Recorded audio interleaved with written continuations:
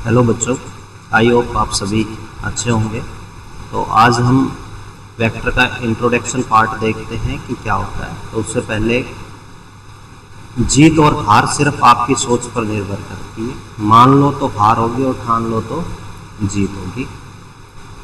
तो मैं अपने स्टूडेंट्स को अक्सर बताता रहता हूँ कि बेटा, जब आप अपनी लाइफ के अंदर स्ट्रगल कर रहे हैं, 11th क्लास में न्यूमेरिकल्स से फाइट कर रहे हैं, तो अगर आपने अपने मन में ये मान लिया कि मेरे से ये चीज़ नहीं होगी तो वो नहीं होगी, और अगर आपने मान लिया कि ये चीज़ मेरे से होगी, मैं इसको ठान लिया अपने मन के अंदर कि मैं इसको करके ही छोड़ूंगा, तो आपसे हो जाएगी। ठीक है, तो सिर्फ बात आपकी सोच पे निर्भर करती है कि आप क्या सोचते हैं।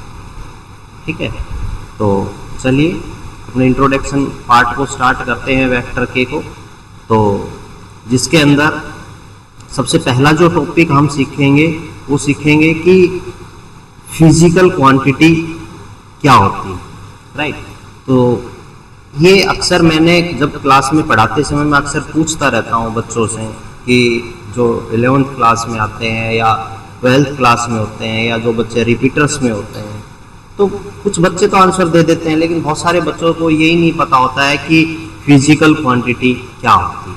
और एक टीचर इस वर्ड का बहुत यूज करता है ना, जब भी वो कोई फॉर्मूला बताएगा, कुछ भी कोई डेरिवेशन पार्ट करवाता है, तो वो अक्सर बोलता है कि एक फिजिकल क्वांटिटी आप लिखिएगा। तो इस तरीके से वो बार बार इस वर्ड का यूज करता है। तो बच्चे को ये नहीं पता होता कि फिजिकल क्वांटिटी क्या होती है। तो हम यहाँ से सीखेंगे कि फिजिकल क्वांटिटी क्या होती है। राइट, अच्छे से सीखेंगे। और सेकंड टॉपिक जो आता है वो आता है मैग्नीट्यूड, कि मैग्नीट्यूड क्या होता है, मैग्नीट्यूड के बारे में सीखेंगे।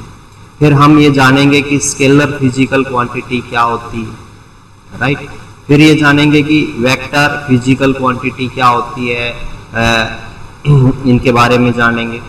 इन्हीं फिजिकल क्वांटिटी को वेक्टर ही क्यों बोला गया, क्या रीजन था। फिर इनको रिप्रेजेंटेशन, एक वेक्टर फिजिकल क्वांटिटी को कैसे रिप्रेजेंट किया गया है, दिखाया गया है, वो जानेंगे।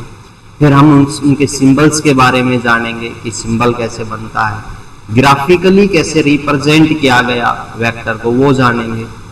डायरेक्शन ऑफ सेंस के बारे में जानेंगे। ये इंपॉर्टेंट टॉपिक है, हमारे काइनामेटिक्स के अंदर ये काम आता है। ये जो टॉपिक है ये हमें काइनामेटिक्स के अंदर हमारी हेल्प करेगा। जब आप काइनामेटिक्स के न्यूमेरिकल्स को सॉल्व करेंगे तो उस समय ये डायरेक्शन ऑफ सेंस आना हमारे लिए बहुत जरूरी चीज है। राइट, तो ये टॉपिक पे पूरा आपको ध्यान से पढ़ना है इसको। तो नेक्स्ट टॉपिक पे चलते हैं। तो अगला है अपने पास एंगल बिटवीन टू वेक्टर्स। दो वेक्टर्स के बीच में एंगल जानेंगे कि मैक्सिमम एंगल कितना हो सकता है और मिनिमम एंगल कितना हो सकता है। राइट, तो next topic is types of vector. Right, तो टाइप्स ऑफ वेक्टर में अलग अलग प्रकार के हम 7 से 8 वेक्टर यहाँ पे पढ़ेंगे, जो हमारे जेई और नीट के लिए जो इम्पोर्टेंट है, एग्जाम्स के लिए जो इम्पोर्टेंट है, हम उन्हीं वेक्टर्स की यहाँ पे बात करेंगे।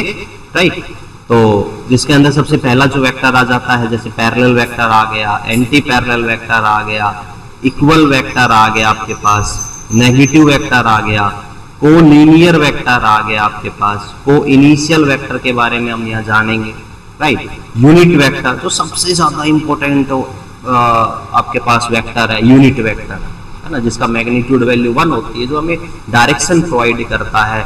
तो यूनिट वेक्टर के बारे में जानेंगे। क्लियर, जिसका हम 12th क्लास में भी यूज बहुत पढ़ते हैं, 11th क्लास के अंदर भी पढ़ते हैं। राइट, और नेक्स्ट टॉपिक पे प्रोसीड करते हैं कि क्या आता है आपके पास, मल्टीप्लिकेशन बाय ए स्केलर। अगर आप किसी वेक्टर को किसी स्केलर क्वांटिटी से अगर मल्टीप्लाई कर देते हैं तो उस वेक्टर पे क्या इफेक्ट पड़ता है, क्या उसका मैग्नीट्यूड बढ़ता है, क्या साथ उसकी डायरेक्शन भी चेंज कर देता है, उसके ऊपर हम बात करेंगे 1 by 1 अच्छे से। राइट, फिर नेक्स्ट टॉपिक जो है अपने पास वो कौन सा आ जाता है बेटा, नल वेक्टर। नल वेक्टर सीखेंगे क्या होता है। फिर वेक्टर अलजेब्रा में, वेक्टर अलजेब्रा का मतलब क्या होगा कि अलजेब्रा कौन से एक मैथ का नाम होता है ना, अलजेब्रा। अलजेब्रा किस मैथ को बोला गया, जो हम 6 to 10th जो मैथ पढ़ते हैं उसको अलजेब्रा बोलते हैं। उसमें हम क्या करना सीखते हैं, ऐड करना सीखते हैं, सब्सट्रैक्शन करना सीखते हैं, मल्टीप्लाई करना सीखते हैं। राइट। तो वो सब चीजें यहाँ पे सीखते हैं, तो जिसके अंदर हम वेक्टर्स को ऐड करना सीखेंगे कि दो वेक्टर्स को ऐड कैसे किया जाता है, राइट। तो next topic is triangle law. Triangle law आ जाता है आपके पास, ठीक है। ट्राइंगल लो यूज करेंगे वेक्टर्स को ऐड करने में। पैरेललोग्राम लो सीखेंगे कि पैरेललोग्राम लो क्या होता है।